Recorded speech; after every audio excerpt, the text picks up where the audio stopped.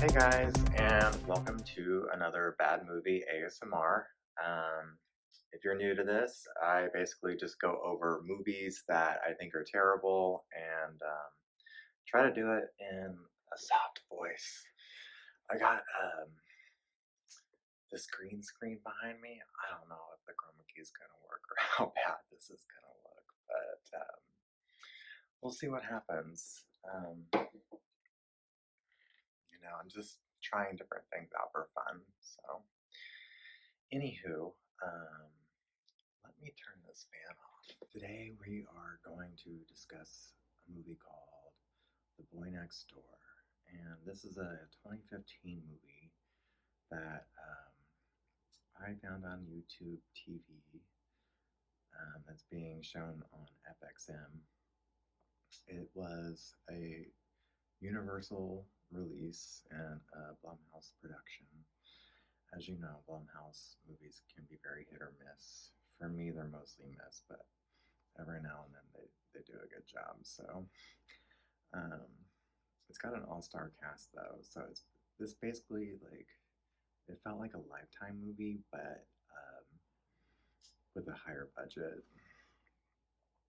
So of course we start the movie with J Lo, and she's jogging, and I feel like she jog in every movie. And speaking of J Lo, the reason I chose this movie is because um, she's becoming like really relevant again. She did like that movie Hustlers. She was at the Golden Globes. She was at the Oscars. Um, she was on the Super Bowl halftime show. So she's been really making a comeback for herself. I think she's even doing a tour. Personally, um, I've never been a big fan. I think she's beautiful. Um, I just don't. I never really got into her music. I guess Jenny from the Block was kind of fun, and Waiting for Tonight had its moments in its time.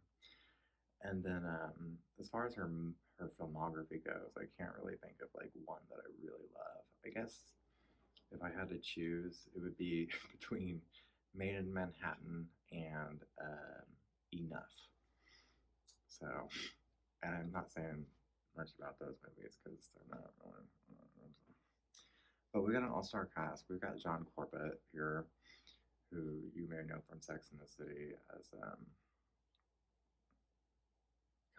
I forget his name now, but the guy who's not Mr. Big, the one who wants her to quit smoking cigarettes. I'm telling you, I needed about like 5 cigarettes to get through this hour and 27-minute movie.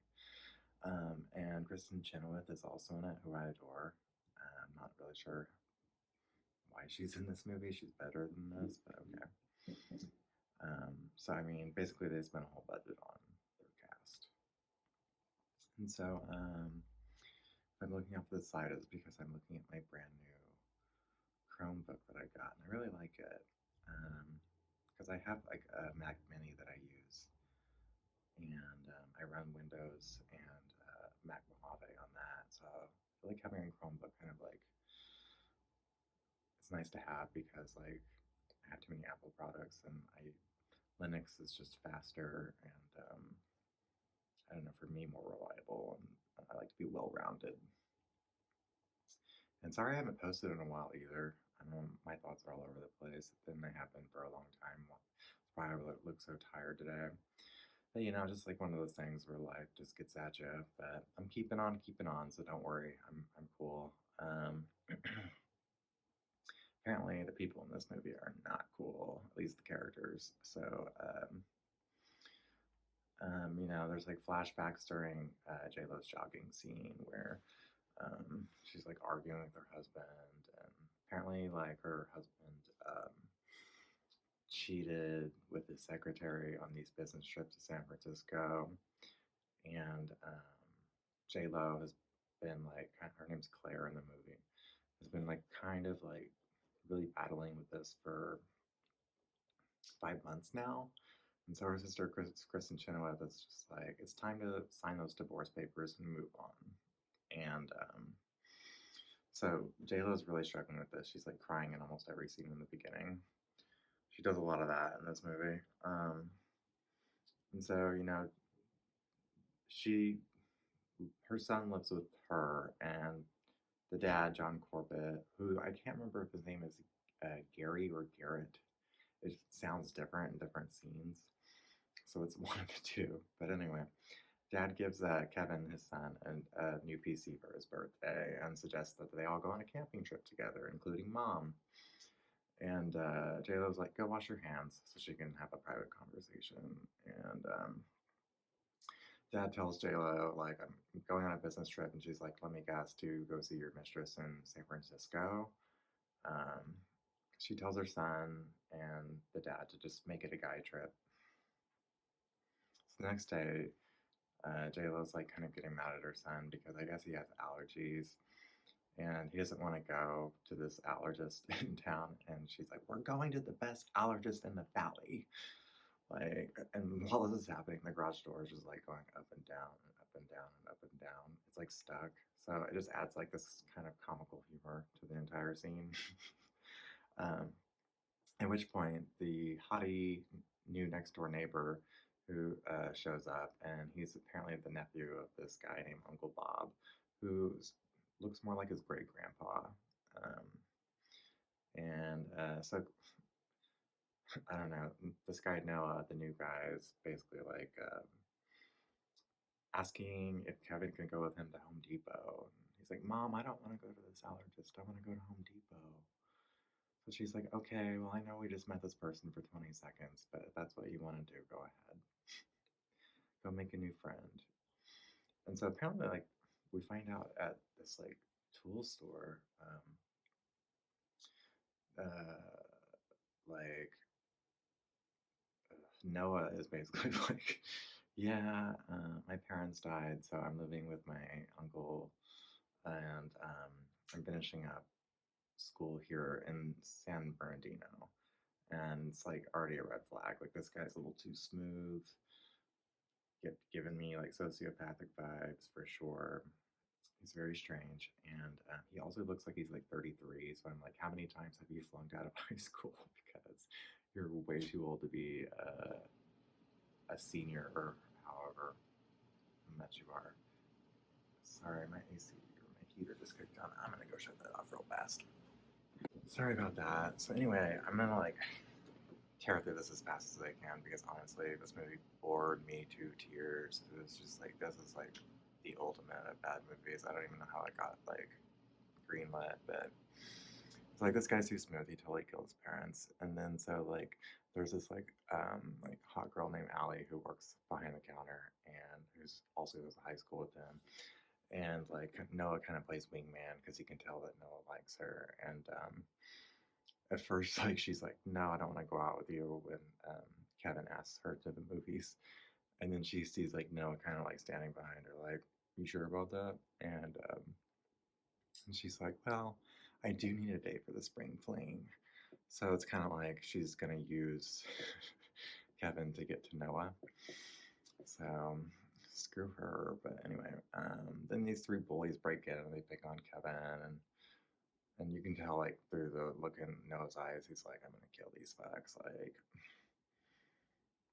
and then not because he actually cares, but because he just wants to get in good with JLo, Kevin's mom.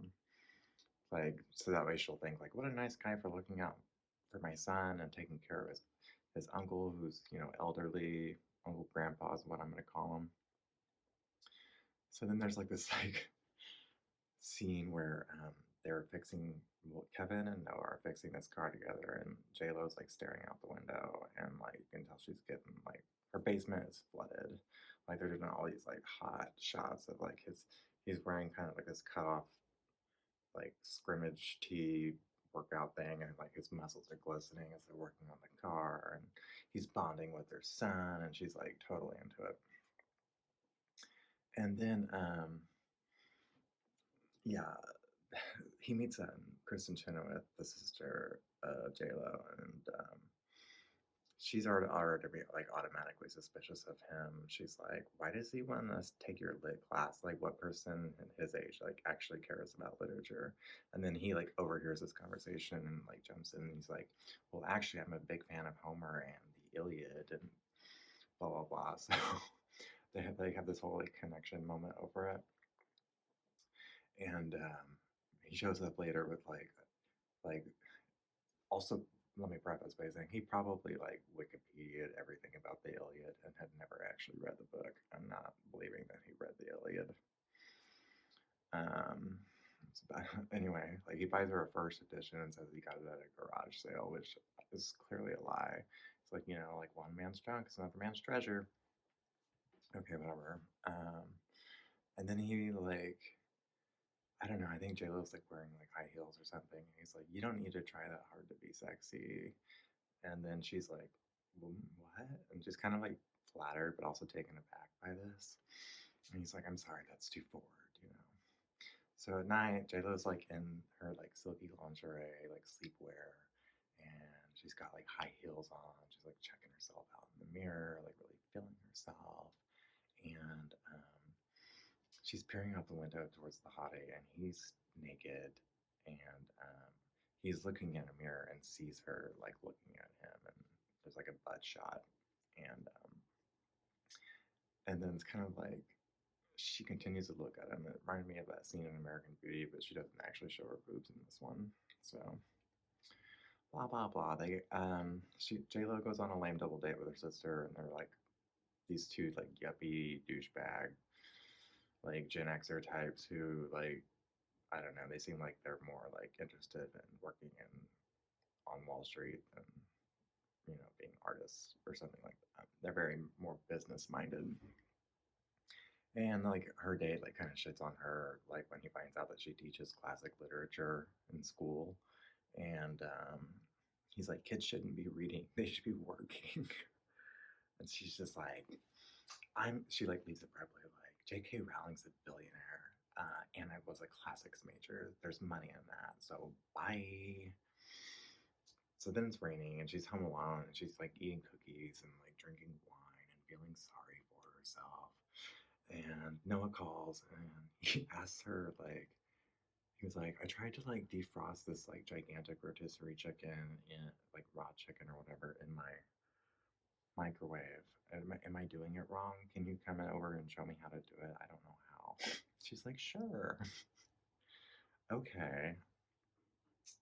And then she's like, yeah, I'll show you. And he's like, after that whole thing happens, she shows up and he's like, you're so sexy. And then he starts like seducing her, and the scene starts getting like really like creepy and serious. And she says no like 10 times. She just keeps saying no, no, no. And he keeps advancing on her. And she's being seduced, but at the same time saying no. And then she finally gives in. I think because she's just drunk and depressed, and he's not stopping. But it's creepy because they depicted this scene as like kind of like a hot, steamy, like lustful, like giving into your temptation sort of thing. But in reality, like as far as I'm concerned, it was rape because she said no like 10 times, and she was also intoxicated. So that tells you about this Noah character. And he just like won't shut up. He's like, "Let me love you, Claire. This feels right, and it should be cherished." And like all these like really weird things that like you don't want to hear people say, especially the first time you hook up with them. And and then I was like, "Is he raping her or is she molesting him?" Because if he's a high schooler, I don't know how old he's supposed to be. They never actually say his age if he's 18. So it's even creepier then because like he's seducing her. She's saying no, but then she's like going over to his house, like just some kind of knowledge that something like this may happen. So I'm just like, this whole you're both making choices that are questionable. Um, so he like eats her out, which is nice to see because like a guy who in high school would normally just like shove it in and be over in 2 seconds. Let's be honest. Anyway, the next day, like she wakes up and he's like in his underwear and like serving her breakfast on a tray, and she's in total remorse. And he's like, "No, stay." And she's like, "No way! Like I gotta go. This was like a one-time thing. We're not doing this anymore." Um, so this is of course when his obsession begins, and then as she's like trying to leave, he punches a wall and it's like, "God damn it!" So we saw this coming from a mile away. Q J Lo and Dad returning home oh yeah, so dad returns home from camping with his son. JLo's outside. They all have lunch and discuss how great the camping trip was. Then Noah comes by and like JLo like drops the pie, like because she's like, why is he coming by? I just told him I don't want to see him anymore, and now like I've got my family here, and they're gonna find out what happened, and he's gonna hold it over my head. And then Noah says to like the dad, like, you didn't hear what happened, and dad's like, no, and J Lo's like, oh yeah, there was a thunderstorm, and then Noah's like, yeah, I got really wet here. Oh my god. So anyway, and then she's like, yeah, it was raining, and then like I think Kevin like offers her like some of the cookies that she made, and he was like, I love your mother's cookies, and he's just like so creepy in this scene. And though later, JLo is surprised that Noah's managed to finagle his way into her classroom in her classic lit class because he made a fake submission by hacking into her work email account, recommending he be in this advanced placement AP classic lit course, despite the fact that she never actually made this recommendation. Um, so she just calls him and says, like, stop following me. And he's like, well, I don't know how to do that because I literally live right next door to you, which is true. So anyway, like Kevin gets together with him and he shows him that he has like a bunch of like guns in the closet. And they take a pistol out into the woods. And then like Noah starts manipulating his son Kevin and telling him like your dad's a PSOS and like, just trying to get him mad as he's like learning to shoot a gun. And so like he's like, your dad like messed up your whole family because she cheated, blah blah blah. And so then like Kevin winds up having like a allergy attack, and Noah ends up saving him with an EpiPen. So then he's like all of a sudden a hero. Later, JLo's hanging out with Kristen Chenoweth.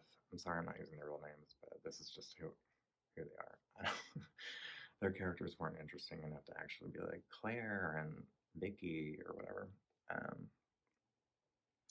And so like JLo's like hanging out with her sister, and she gets flowers, and she thinks they're from Gary Garrett, John Corbett.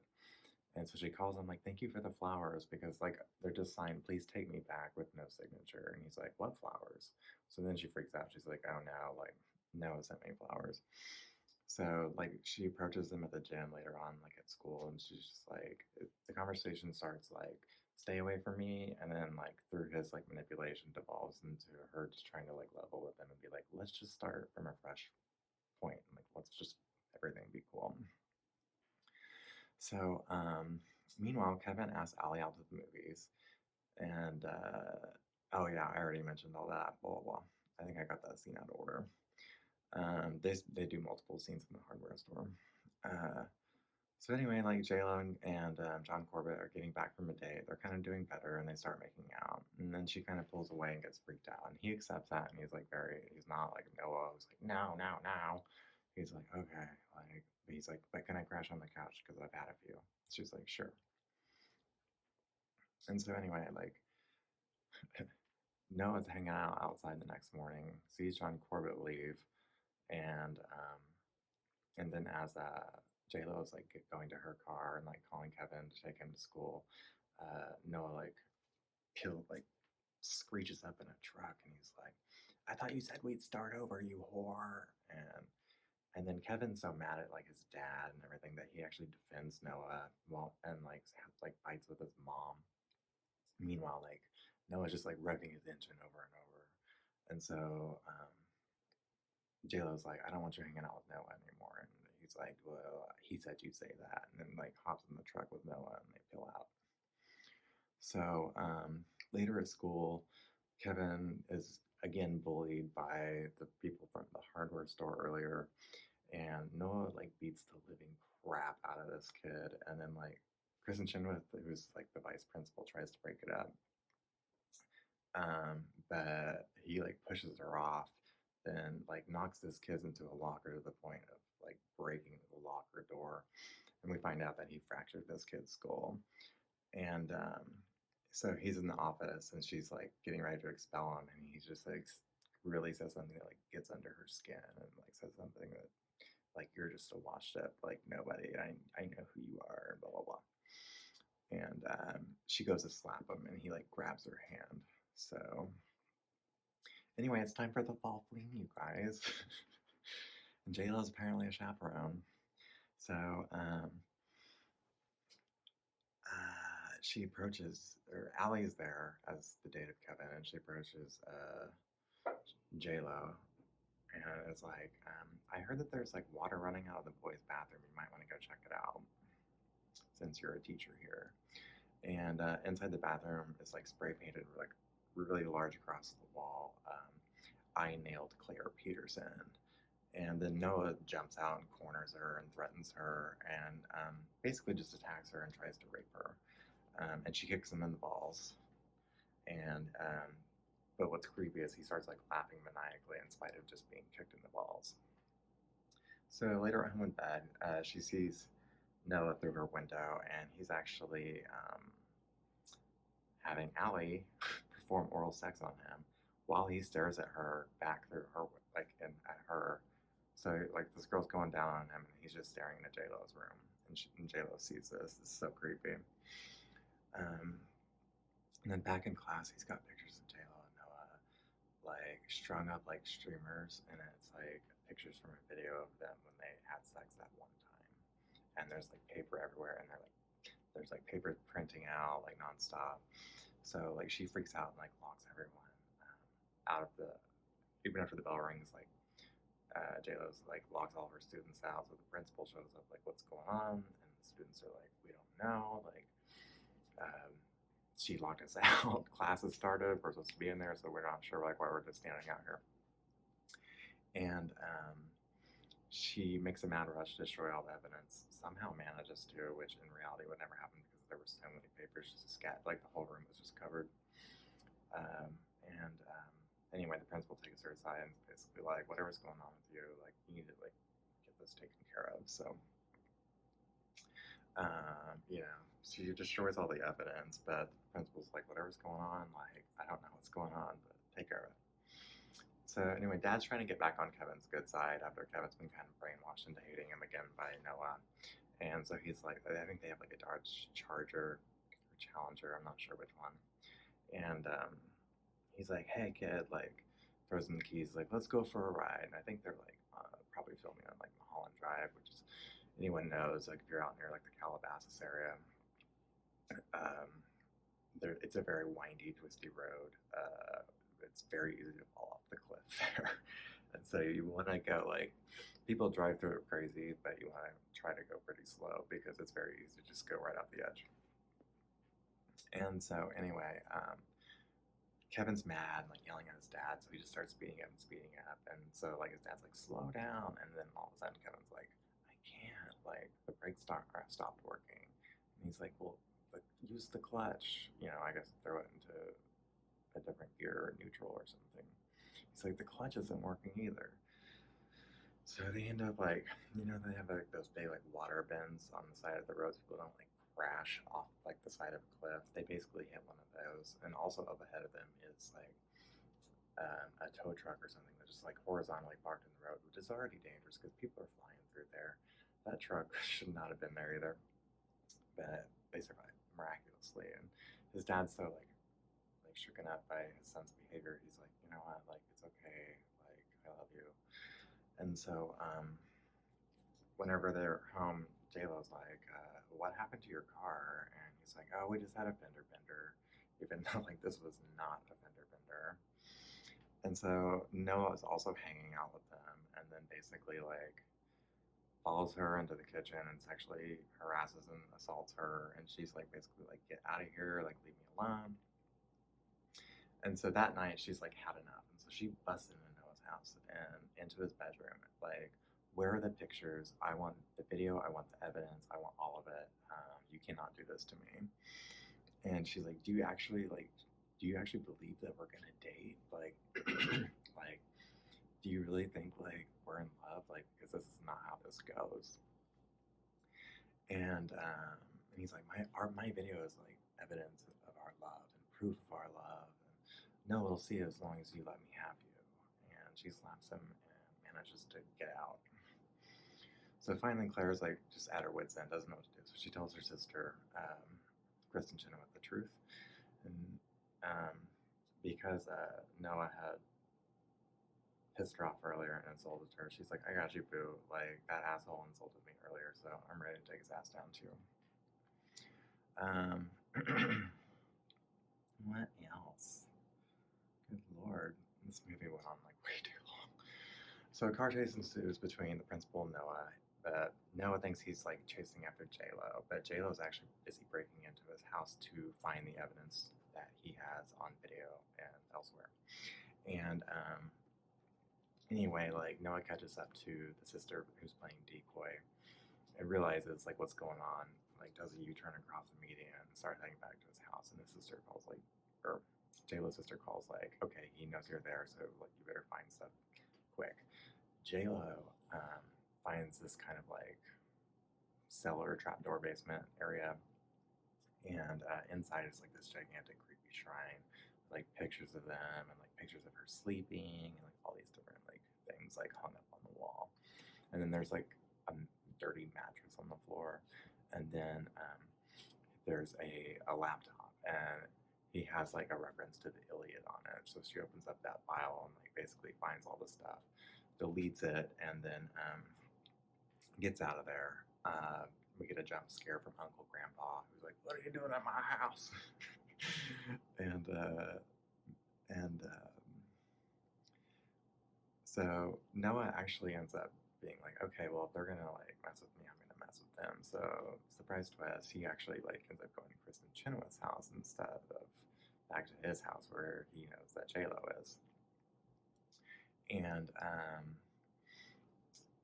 so anyway, like, J-Lo's in her house, like, hiding or whatever, thinking he's gonna come after her, and she's got, like, a butcher knife, and it's actually just Kevin trying to break through the door, just to get inside. And then Kristen Chenoweth gets, like, knocked out by a wrench at her own house.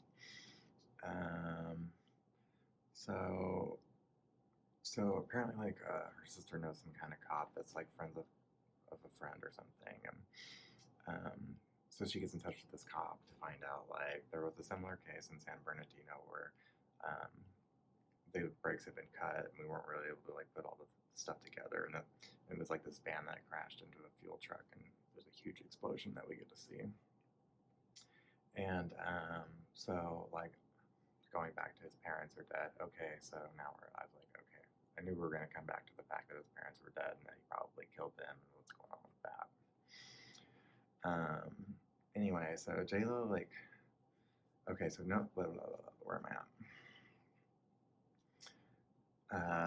So it's totally knows what's doing, but the detective doesn't know that, and J-Lo doesn't let on. She doesn't say anything. And so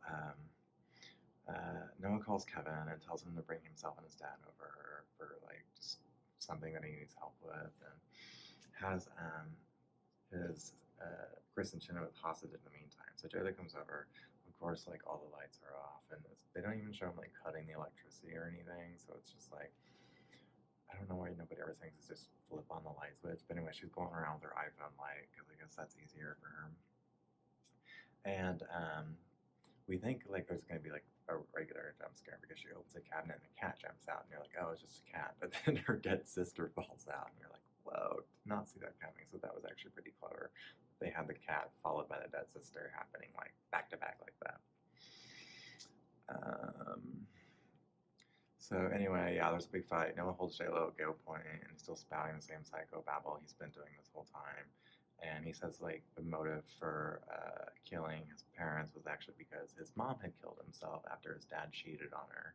So he killed his dad and the mistress and cut the brakes off their van. Meanwhile, Gary Garrett, John Corbett, and Kevin are, like, beaten and tied up in a barn like this and just all, like, messy looking.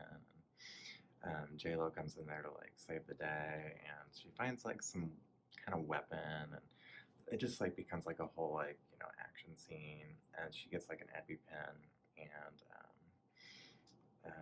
you know, while this is going on, like Noah's like throwing gasoline on everybody, um, and ready to just like burn the whole place down with Kevin and his dad inside of it, and being like, "J-Lo, come with me, like we're meant to be lovers." And so the dad gets free, but then Noah tries to shoot him. After the dad like tries to like strangle him with a chain, and then J-Lo takes this EpiPen out and just like stabs Noah in the eye with it. It's like really gross. It was like whoa. So that was definitely like the Blumhouse aspect of it. Like, so, okay, someone finally got stabbed in the eye with a needle. When are things gonna get interesting? Apparently, there. And then they're still fighting, and so she like sticks her like finger, like her thumb in his eye, and just like gouges it out. And he's screaming, but this guy just like he's like Michael Myers. He won't go down. Um, Kevin hits Noah with a wooden board. Noah is still like raging even after all he's been like hit with, and so he's coming like running after J Lo, and she finds this kind of like a crank with like a lever pulley type of thing attached with like a giant piece of metal. I'm not entirely sure what it is. And it comes down just perfect time as Noah's running toward her and just smashes him flat. So then, we kind of transition to the police and everyone's getting on the ambulance and like, oh my God, I love you. The dad isn't alive, but he's in critical condition. And they're all just like crying and hugging. And that's the movie. The end. Very unsatisfying movie. Very predictable in every sense of the word. I do not recommend it. But I do hope that you liked listening to my recap of it and that my voice can give you some relaxation for those times where you maybe need a bad movie in your life, but you don't really need a bad movie in your life. So this is like an alternative to that, I guess.